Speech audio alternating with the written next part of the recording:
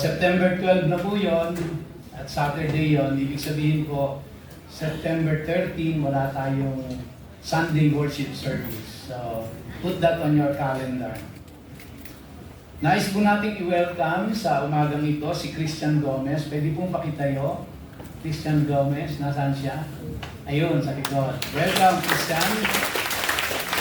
Ganun din po si Jocelyn Castro. Where is Jocelyn? Nasaan po? Ayan. Ito po. Let us welcome Sedekaya King Castro. Sedekaya, ayan. Thank you. And Mary Jane Sulit. Saan po si Mary Jane? Welcome po, si Mary Jane. Hindi makita. And last but not the least, si Mark Vincent Alonzo. Saan po si Mark Vincent?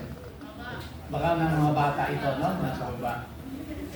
Okay, so, good morning po again sa inyong lahat. Good to see you all. At salamat sa Diyos na sumikat ang haring araw sa nakaraang mga araw at nandito po tayo ngayon.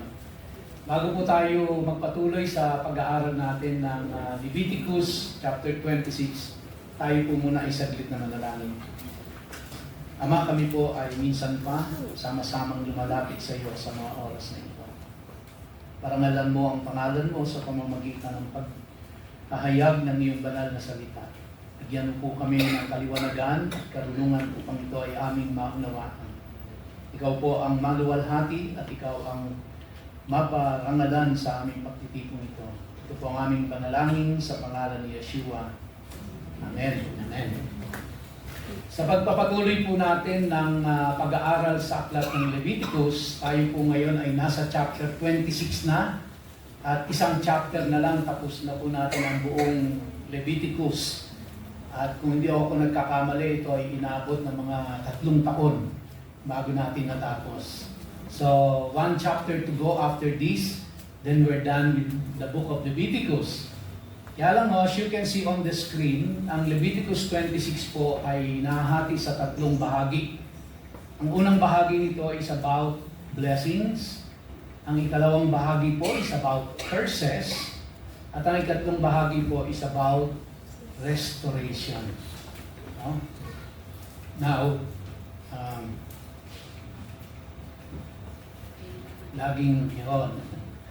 So, more or less, ito po ang pinaka-timeline ng book of Leviticus chapter 26. Una po ay blessings because of their obedience. And then pagkatapos po ay curses because of their disobedience. And then, next is the promise of restoration. So, hindi po natin mako-cover lahat ngayon yan.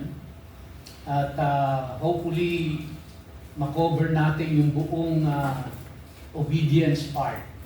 So, doon po tayo ngayon. Leviticus chapter 26. At pag-uusapan po natin is about obedience.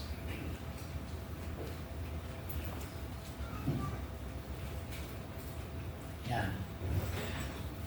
Ang Leviticus chapter 26 po ay sinimulan ito sa verses 1 and 2 na tatawagin nating preamble. At ito po ang introductory part ng buong chapter ng Leviticus 26. At ito po ay kaduktong nakadugtong ng chapter 25 na tinalakay natin ng nakaraang linggo. Ang sabi po rito, "You shall not make idols for yourselves." Kausap po dito ng Panginoon, of course, the nation of Israel. He was addressing this to the whole nation, not just to an individual, not just to Moses, not just to Aaron, but he was addressing this to the whole nation of Israel, and they were about to enter the promised land. Matagal na po sila sa wilderness, and the Lord gave them the law. At malapit na po sila pumasok doon sa land of Canaan or doon sa promised land. At alam ng Diyos kung ano ang dadatnan nila doon. Ang dadatnan po nila doon ay mga Canaanites na kung saan sila po ay mga sumasamba sa mga Diyos-Diyosa. At maaari silang maimpluwensyahan nito, maaari silang mahawa dito, kaya mahigpit ang tagubilin ng Diyos sa kanila. At ang sabi po ng Diyos, "You shall not make idols for yourselves, or erect an image, or pillar." Ano po ba itong pillar na ito? Ito pong pillar na ito is isa pong imahen na itinatayo ng mga Canaanites na Diyos-Diyosan nila, at ito po ay the God of fertility. So ang bilin ng Diyos sa kanila, even before they enter the promised land, is for them not to make idols, an image of worship. They have committed that sin already when they were in the wilderness. At ang sabi ng Diyos sa kanila, do not even erect an image. So ito pong batas ng Diyos na ito sa bayang Israel ay hindi lamang applicable unang-una sa bayang Israel, kundi ito po ay applicable sa lahat ng bansa. At hindi lang po ito applicable during that time. Ito po ay applicable hanggang sa mga panahon natin ngayon at hanggang sa susunod pang mga panahon.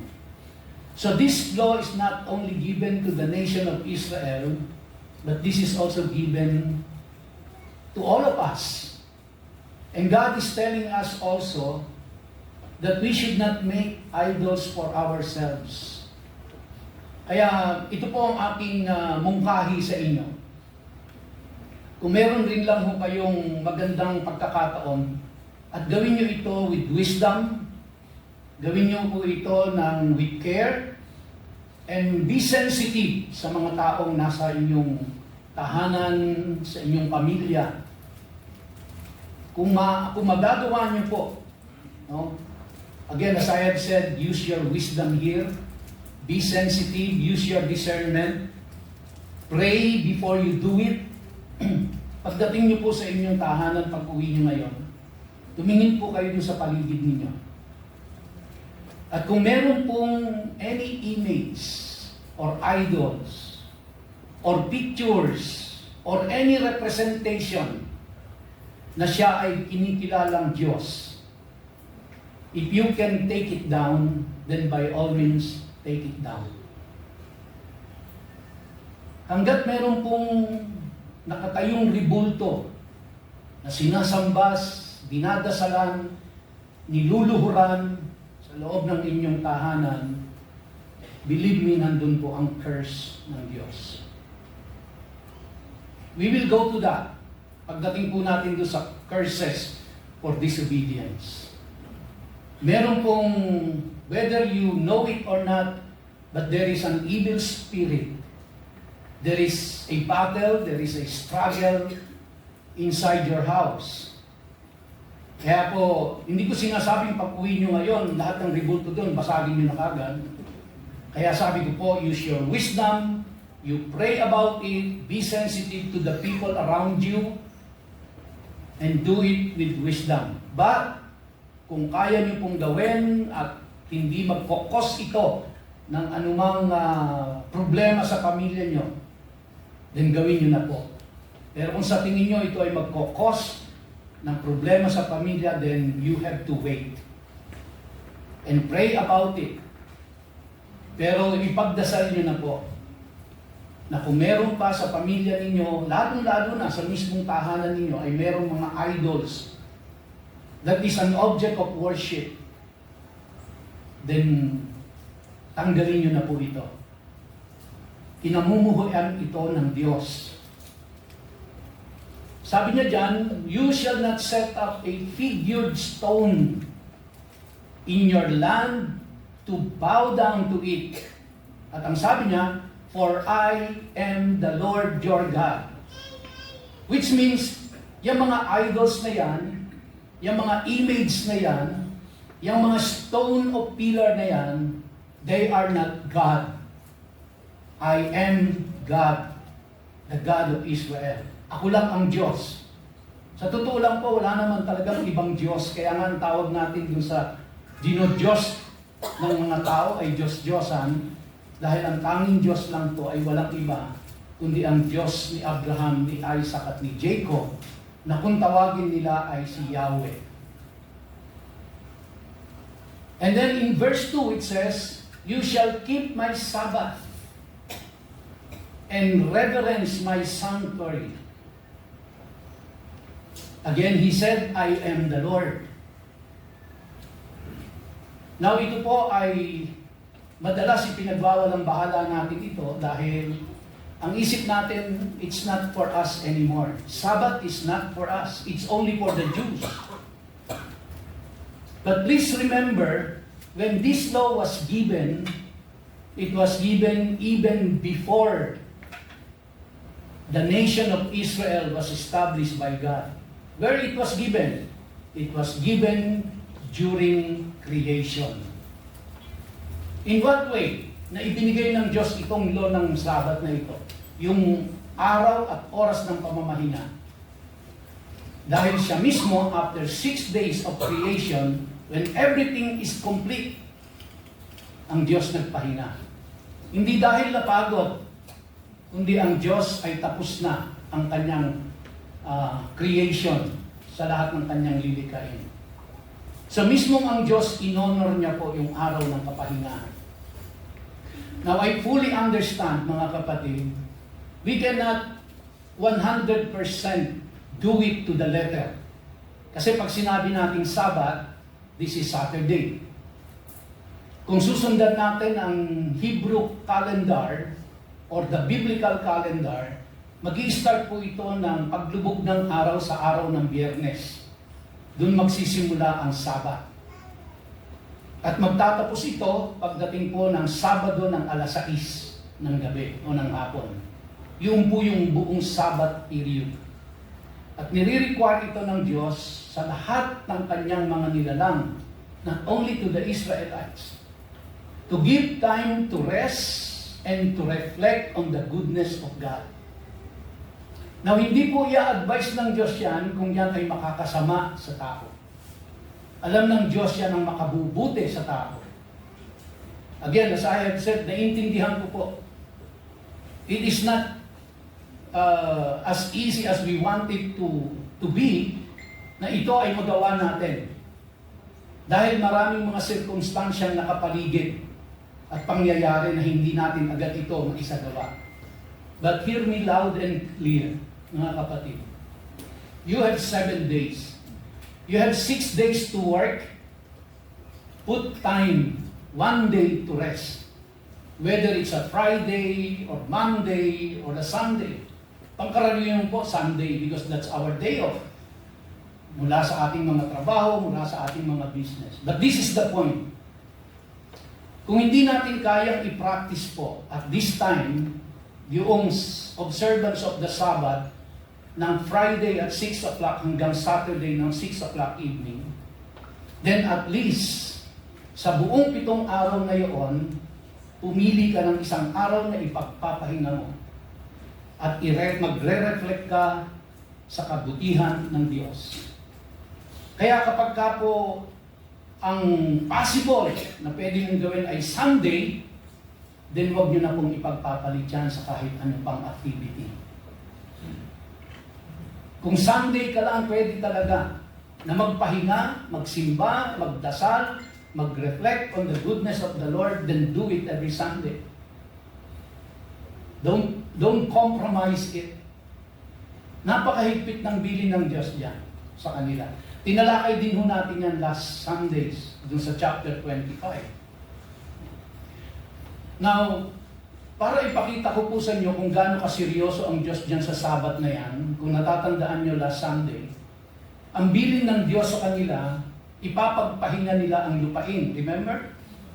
Na ang sabi ng Diyos sa kanila, magtanim kayo sa loob ng 6 na taon. Pagdating ng 7 taon, huwag kayong magtatanim at huwag kayong aani, ipapahinga nyo ang lupa. Ngayon, siyempre nag-aalala yung mga Israelita. Naiisipin nila, paano yung kung di ako magtatanim, anong kakainin namin sa ika-8 taon? Ano yung kakainin namin sa ika-9 na taon? Ang sabi ng Diyos, kung susundin nila yon, na ipagpapahinga nila yung ika-7 taon, ang gagawin ng Diyos ay paaanihin sila doon sa ika-6 na taon na sasapat ito hanggang sa ika-9 na taon. Imumultiply niya lahat yon. So para wag na sila mag-alala kahit hindi sila magtanim ng ika-7 taon. Pero ano po ang ginawa ng Israel? Nilabag nila ito. Ito ay bago pa sila pumasok sa land of Canaan, sa promised land. Now, ang Israel po ay isang agricultural land. No? Kaya talagang magtatanim sila. Pag hindi sila nagtanim, wala silang kakainin.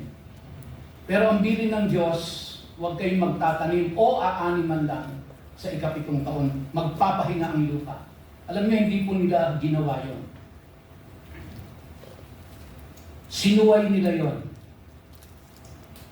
Alam niyo kung gaano kaseryoso ang Diyos doon sa kanyang utos na yon? At alam niyo rin po ba kung gaano katagal nila sinuway yon? 490 years. Sa loob ng 490 years, they did not keep the Sabbath for the land. Ano ang nangyari? Dahil sinuway nila yung utos ng Diyos na pagpapahingahin ng lupain na hindi nila ginawa. Sila po ay sinakop ng Babylon. And alam niyo po kung ilang taon silang sinakop ng Babylon? Nung sila ay kinugkob ng Babylon, dinala sila, ginawang bihag, dinala sila doon sa Babylon, which is now the modern Iraq. Dinala ho sila doon. May mga naiwang ibang remnants doon sa Israel, pero yung mga captives po, dinala doon at ginawang alipin. Alam niyo po kung ilang taon sila naging alipin doon? 70 years. Now, kwentahin niyo po. Bakit 70 years? Because 490 years nilang hindi pinagpahinga ang lupa. Binawi ng Diyos yung bawat taon na nawala sa pagpapahinga ng lupa. And it is 70 years of captivity. And they suffered a lot. They suffered a lot because of their disobedience. Pupunta tayo dyan pag nandun na tayo sa disobedience. So this is the introduction of what is coming in the next verses. Ito ang introduction sa kanila ng Diyos. You shall not make idols for yourselves, which they violated. You shall not erect an image, which they violated. You shall not erect a pillar, which they violated also. And you shall not set up a figured stone. And they violated. So, let's proceed doon po sa disobedience, sa obedience. Ayaw pong lumipan. Now, ito po yung uunahin natin, the promise of blessings. Now, ganito po. Put yourself in the shoes of the Israelites. Huwag niyo pong isipin na ito ay pang kanila lang. Hindi ito pang atin. Habang pinakikinggan niyo po ito, ariin niyo ito na tayo mismo ang kausap ng Diyos. Hindi yung mga Israelita. Kumbaga, kausap sila ng Diyos, kausap din tayo ng Diyos sa mga oras na ito.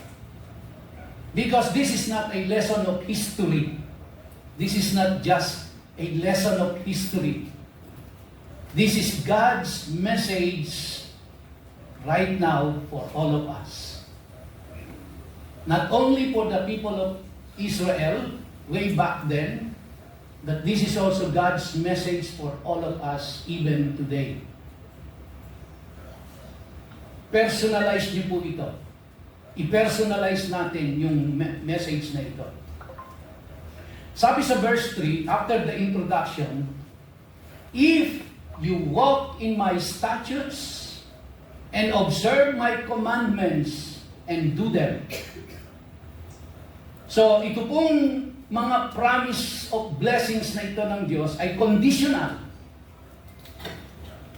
At ito po ay nakakondisyon sa kung sila ay susunod sa utos ng Diyos. Ito po ay isang kasunduan. Kasunduan between God and His people. Noong panahon po nila, ang tawag dito ay suzerainty treaty.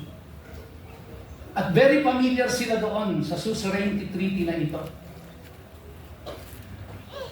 Ang ibig sabihin po ng suzerainty treaty ay isang kasunduan na kung saan ang isang malakas ay pangangalagaan niya ang isang mahina kung yung mahina na yon ay magpapasakop sa kanya. Para bang ang isang bansa na malakas, makapangyarihan, at kanyang sinakop ang isang mahinang bansa. At yung mahinang bansa ay magpapasakop dun sa malakas na bansa. Ang tawag po doon ay suzerainty treaty. At kapag sila ay nagkasundo, ang ibig sabihin po doon, lahat ng terms ang magdidikta ay yung malakas na bansa. Ang role ng mahinang bansa ay mag-submit. At habang siya ay nagsasubmit sa malakas na bansa, siya ay puproteksyonan ng malakas na bansa. At ipoprovide ang lahat ng kailangan niya. Pagkain, protection, everything. Basta magsasubmit siya. And that is what they call the suzerainty treaty. At ito po yung pinasok na kasunduan ng Diyos para mas maintindihan nila. So dito sinasabi ng Diyos, ako yung makapangyarihan, ako ang magsasabi ko ano ang terms. Pag nag-submit kayo sa akin, ako ang bahala sa lahat ng pangangailangan nyo, pati sa protection nyo. Pero pag sumuway kayo, ako rin ang magpaparusa sa inyo. So punta muna tayo po dun sa blessing. Huwag muna tayo dun sa parusa. Pero ang kondisyon ng Diyos ay ito. He committed Himself, no? He committed Himself to these people that He will bless them provided that they will walk in His statutes. Ibig sabihin, susunod sila sa lahat ng patakaran ng Diyos. Magpapasakop sila, magpapailalim sila sa kapangyarihan ng Diyos. At ang sabi diyan, if you walk in my statutes and observe my commandments and do them,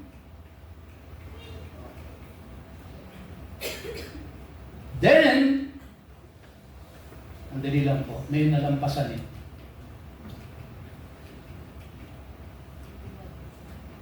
Sana. Sa verse 4, tingnan natin. Yan. Sabi niya, if you will do this, if you will observe my commandments, and you do them, then I will give you your rains in their season. And the land shall yield its increase, and the trees of the field shall yield their fruit. So conditional po ito. So dito makikita natin na even ang ulan, ang Diyos ang nagdidikta kung kailan siya papatak. Dito makikita natin na kontrolado ng Diyos ang lahat, pati ang nature. Kung ayaw niyang paulanin, hindi uulan. Pag gusto niyang umulan, uulan. Now remember, ang Israel po is an agricultural land. Wala ho silang irrigation system. At ang dalawang malalaking ilog na nakapagitan sa kanila ay ang Nile River, which is the river po ito, fresh water ito ng Egypt, which is very far away from them. Now another river is the Jordan River. Pero ito po ay nasa boundary ng kanilang mga kalabang bansa. And it's not easy to access. Plus the fact na mountainous ang Israel. On the western side of Israel is the Mediterranean Sea. Ngayon na lang ho nila na-invento yung kung paano gagawing potable water, yung sea water, yung salt water. Pero nung araw, wala ho yan. Now, in the middle of Israel, ay nandoon po ang Sea of Galilee, on the northern part. So, fresh water ang Sea of Galilee. Kaya alam po, ang Sea of Galilee ay dependent sa Mount Hermon for its water. Para masatisfy yung level ng tubig ng Sea of Galilee, kailangan matunaw ang yelo doon po sa Mount Hermon. And from Mount Hermon, bababa yung tubig na yon, pupunta sa Sea of Galilee, and then once the level of water is achieved, kumbaga, there will be fresh fish. Kaya nakakapanghuli sila ng sariwang isda doon. Kaya lang po, ang outlet ng Sea of Galilee ay papunta sa Dead Sea. At Dead Sea, wala na ho siyang lalabasan. Kaya ang Dead Sea is dead. Walang nabubuhay na isda. So madalit salita po, wala silang any source of fresh water. Wala silang irrigation system. So saan sila kukuha ng tubig para ipandilig ng kanilang mga halaman? Sa ulan lang. At Diyos lang ang aasahan nila doon dahil hindi nila kayang paulanin. Ang Diyos lang ang pwedeng magpaulan. Kapag hindi umulan, hindi sila makakapagtanim. Kapag hindi sila nakapagtanim, wala silang aanihin. Kung wala silang aanihin, wala silang kakainin. At maging ang mga hayop ay walang kakainin. Sa madalit salita, magkakamatay silang lahat. Pero hindi gagawin ng Diyos yon kung susunod sila sa ipinag-uutos ng Diyos sa kanila. Now, maaaring tayo hindi pa po natin nararamdaman yan, yung mga matitinding drought. Pero alam niyo ho ba, as per statistics, ang bansang Pilipinas ay binubuo po ng 117 to around 120 million ang population natin, depending on where you get the source of your information. But it's between 117 to 120 million. And there are 27 million households in the Philippines. 5.5% of that, mga kapatid, no? Kunyari, ang isang pamilya ay 4 ang membro.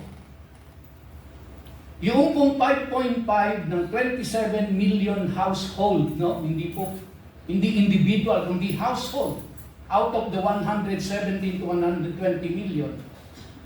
Alam niyo po ba kung ilang tao sa oras na ito ang hindi kumakain sa bansa natin? 6 million.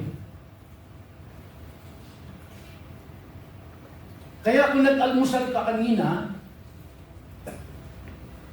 pasalamatan mo ang Diyos dahil merong 6 na milyon sa mga oras na ito ang hindi kumakain. Or kung kumain man po, isang beses lang sa araw na ito. Baka ngayon lang almusal, mamayang tanghalian, mamayang hapunan, wala na silang kakainin. Matutulog silang walang laman ng sikmura. Na umuulan pa po sa atin. Mayaman ang dagat natin. Mayaman ang mga bukirin natin. Marami tayong pagkain. Now, imagine niyo po yan. Pag hindi pinaulan ng Diyos. O kung paulanin niya man, sobrahan niya. Ano po ang mangyayari sa atin? So, ang sabi ng Diyos, I will give you your rains in their season, sa tamang panahon. And because of that, sabi niya, and the land shall yield its increase. And the trees and the field shall yield their fruit.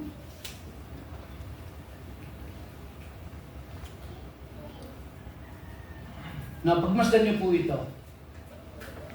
So, kumbaga secured yung pagkain nila. Your threshing shall last to the time of the great harvest. Ano po ang pangkaraniwang hina-harvest nila? Barley and wheat. Siguro meron ding corn. Pero ang sabi diyan, your threshing shall last to the time of the great harvest. Ano ba yung threshing? Yan po yung panahon na kung saan ay pinoprocess na nila yung pagkain nila. Yung wheat and yung barley, pinoprocess nila yon. Tinatanggal ang ipa, tinatanggal ang shell, pinoprocess para makain.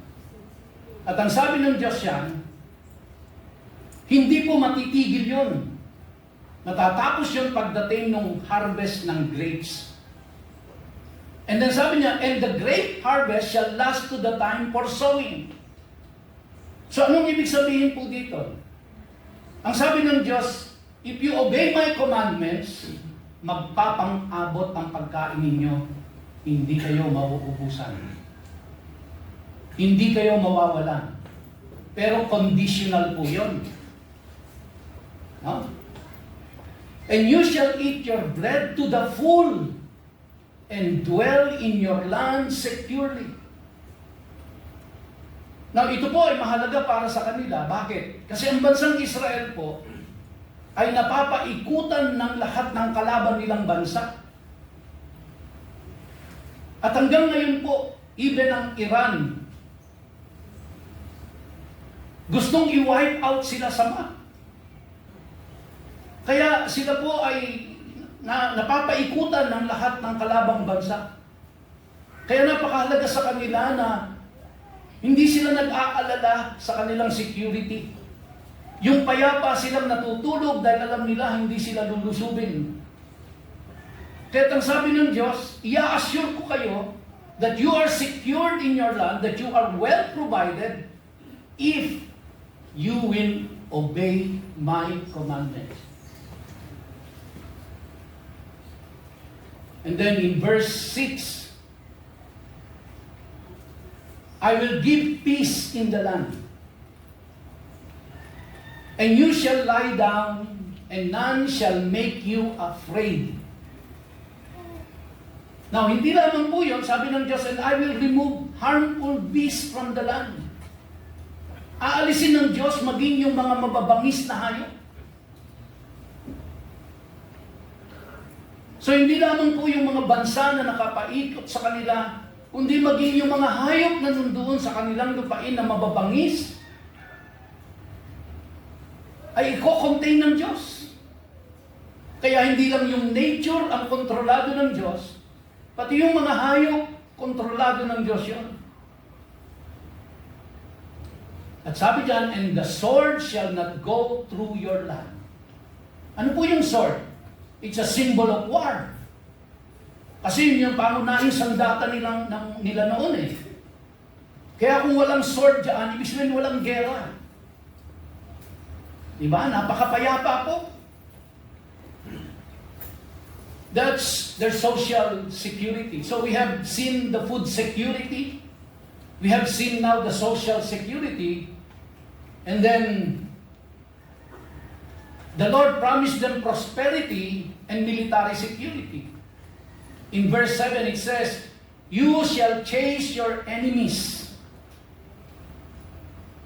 May magtatangka pa rin na sila ay lusubin, na sila ay sakupin, pero ang sabi, hindi kayo ang hahabulin. Kayo mga habol sa kanila. Now, tingnan niyo po yung ratio. Sabi sa verse 8, 5 of you shall chase 100. So meaning 1:10. Di ba? So yung isa, 10 ang tumatakbo palayo sa kanya. Ibig sabihin, takot yung mga kaaway. Biruin mo, nag-iisa ka, 10 yun, tumatakbo lahat. And then sabi niya, 100 of you shall chase 10,000. So ano po ang ratio nun? Isa laban sa 100?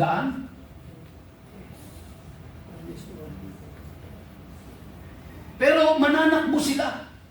Lalayo sila sa iyo. And your enemies shall fall before you by the sword. So God promised them prosperity God promised them military victory. Put yourself in the shoes of the Israelites. And this is what God is telling you. Now, hindi po dahil sa talino at lakas nila, kundi ang sabi ng Diyos, I will do it. Your role is to obey. Mine is to bless you, to protect you, to provide for your needs. So, we are under covenant, we are under treaty, at ito ang kasunduan natin. Sumunod ka sa akin, then ang commitment ko sa iyo, ipoprovide ko pagkain mo, ipoprovide ko ang protection mo, ipoprovide ko ang security mo. Ako bahala sa lahat ng yan. Pero susunod ka sa akin.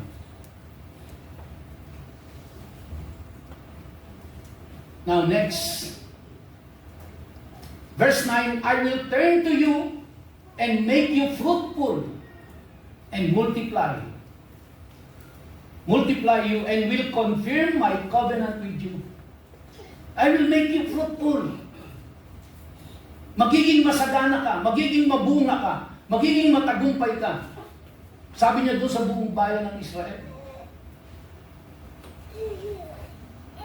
Tingnan niyo po ang verse 10. You shall eat old store long kept, and you shall clear out the old to make way for the new.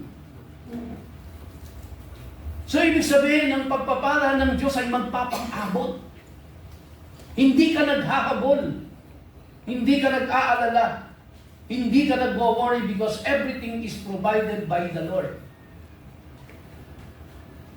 But it is in the premise of, if you obey my commandments. This is the promise of blessing, mga kapatid. Na mapapansin niyo po dyan,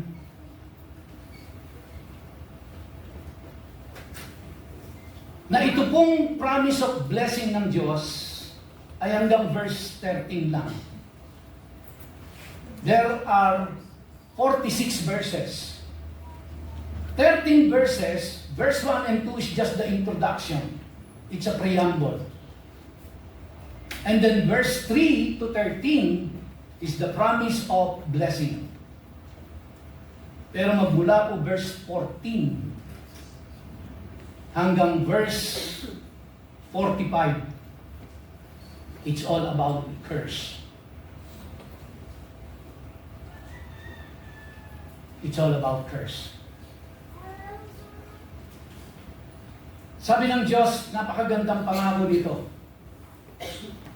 Bukod doon sa food security nila, bukod doon sa social security nila, bukod doon sa prosperity and military protection ng Diyos sa kanila, ito ang pinakamaganda sa lahat. Dahil sa verses 11 and 12, it talks about the spiritual security. Sabi ng Diyos, I will make my dwelling among you, and my soul shall not abhor you. Ibig sabihin ng abhor, hindi ko kayo kasusuklaman. I will make my dwelling among you. Ang sabi po sa atin sa Psalm 91, he who dwells in the shelter of the Most High will rest in the shadow of the Almighty. I will say of the Lord, He is my refuge and my fortress, my God in whom I trust. Sabi po ng Psalm 23, the last part, I will dwell in the house of the Lord forever. Ito po ang sabi ng Diyos sa kanila, I will make my dwelling among you. Titira ako dyan sa kalagitnaan nyo. I will be in your home. I will be in your country. I will be in your land. I will be with you. Now kapatid, kung kasama mo ang Diyos, kahit si Satanas walang magagawa sa iyo. Remember, si Satanas ay creation lang, hindi siya creator. Remember, even nature is in God's control. Even the animals, ibig sabihin lahat to kontrolado ng Diyos. I will make my dwelling among you, and my soul shall not abhor you.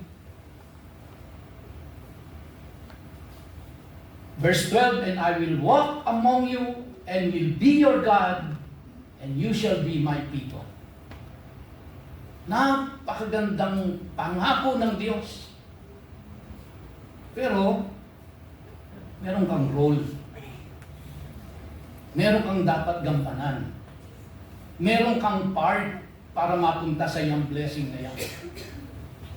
Wala pong doubt sa Diyos. Dahil kaya niyang tuparin yung pinapangako niyang yan. Nakita na natin yan historically, biblically. Nakita na nila actually ang katotohanan niyan kung papaanong sila'y nakalabas sa bayan ng Ehipto sa pamamagitan ng kapangyarihan ng Diyos.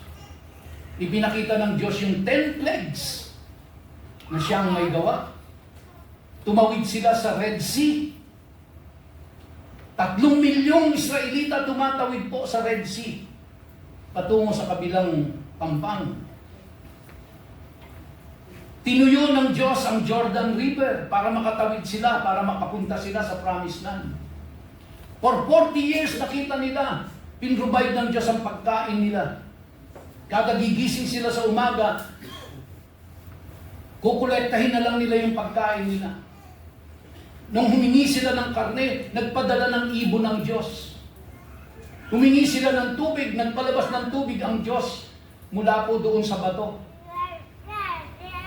Sa gabi, palibasa, wilderness, sa oras ng time ng winter, ubod ng lamig, nandoon ang pillar of fire. Sa araw, ubod ng init sa disyerto, nandoon ang pillar of clouds. Hindi nila alam, wala silang compass, wala silang saan sila pupunta. Yun ang nag-guide sa kanila. 40 taong hindi man lang nasira ang mga sandalyas nila. Nakita nilang lahat ito, mga kapatid. Kaya alam nila ito kung ano ibig sabihin ng I will make my dwelling among you, and my soul shall not abhor you, and I will walk among you, and will be your God, and you shall be my people. That's their spiritual security. Now next, ito po yung pagtatapos ng blessing. I am the Lord your God, who brought you out of the land of Egypt. Ipinaalala ng Diyos sa kanila kung saan sila nagmula at kung papaano sila inilabas ng Diyos doon. That you should not be their slaves, and I have broken the bars of your yoke and made you walk erect. Now, is this not also applicable to all of us today? The Lord is telling us the same message that He told the nation of Israel. I will bless you, but you have to obey. That's our role, to obey our God. And in closing, let us summarize. Ito pong ating tinalakay ngayon. Blessings for obedience. The Lord said, if you will obey me, rain and harvest will follow. If you will obey me, there will be peace and security in your country. If you will obey me, there will be growth and prosperity. And lastly, if you will obey me, my presence is in your reach.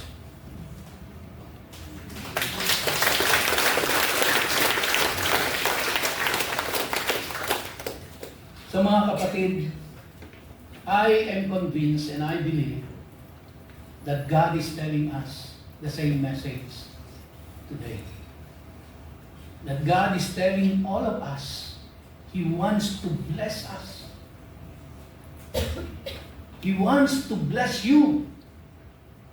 He wants to bless your family.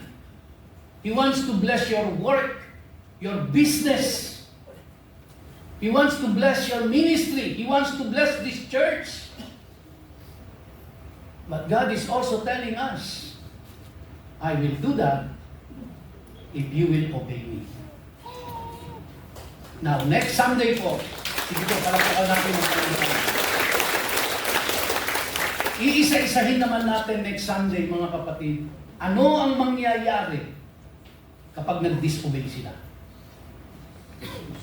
At ganoon din po, message for all of us, ano rin ang mangyayari pag nag-disobey tayo. Kaya, naasahan ko po na tayong lahat ay dadalhin ulit ng Diyos sa dakong ito para kumpleto yung message ng Panginoon.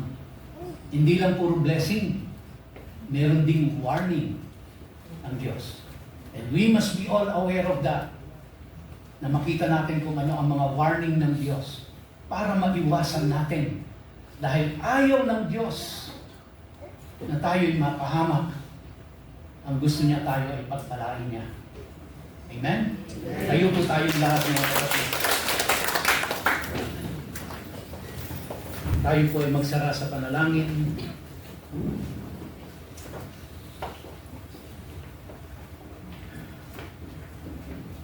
Aming Ama at aming Diyos, maraming salamat.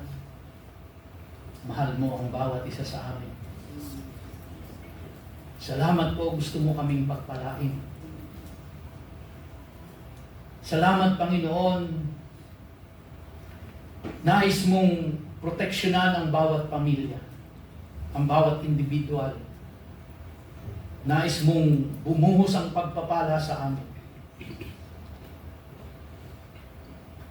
Maraming salamat. Napakaganda ng intention mo, O Diyos. Napakaganda ng plano mo sa amin.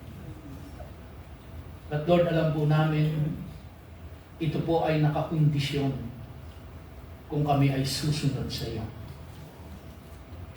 At ang aming pong dalangin lahat, bigyan mo kami ng karunungan at ng kalakasan at determinasyon na kami ay sumunod sa iyo. Na kami ay magpasakop sa iyo, na kami ay makinig sa iyo, at sundin ang kalooban mo. Dalhin mo ulit kami rito sa susunod na Sunday upang makita namin ang mga warning mo at huwag na namin itong magawa. Pagpalain mo kami, O Diyos, sa aming pag-uwi. Pagpalain mo ang bawat pamilya na nire-represent ng bawat taong naririto ngayong umaga. Katagpuin mo sila sa kanilang mga pangangailangan. Ikaw ang nakakaalam, Lord, kung ano ang mga nangyayari sa loob ng kanilang tahanan, sa loob ng kanilang pamilya. Alam mo ang mga struggles, alam mo ang mga pains, alam mo ang mga difficulties. Alam mo kung nasaan sila sa mga oras na ito. Dalangin ko po sa iyo, O Diyos. Abutin mo sila, Panginoon, at madama nila ang banal mong presensya sa loob ng kanilang mga tahanan. Pagpalain mo ang aming simbahan upang kami ay maging pagpapala rin sa iba. At nawa, O Diyos, ang simbahang ito ay manatiling sumasamba sa iyo lamang. Ito po ang aming nagkakaisang panalangin sa pangalan ni Yeshua. Amen.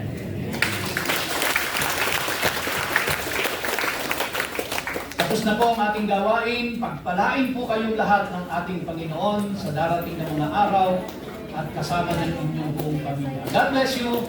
You are dismissed.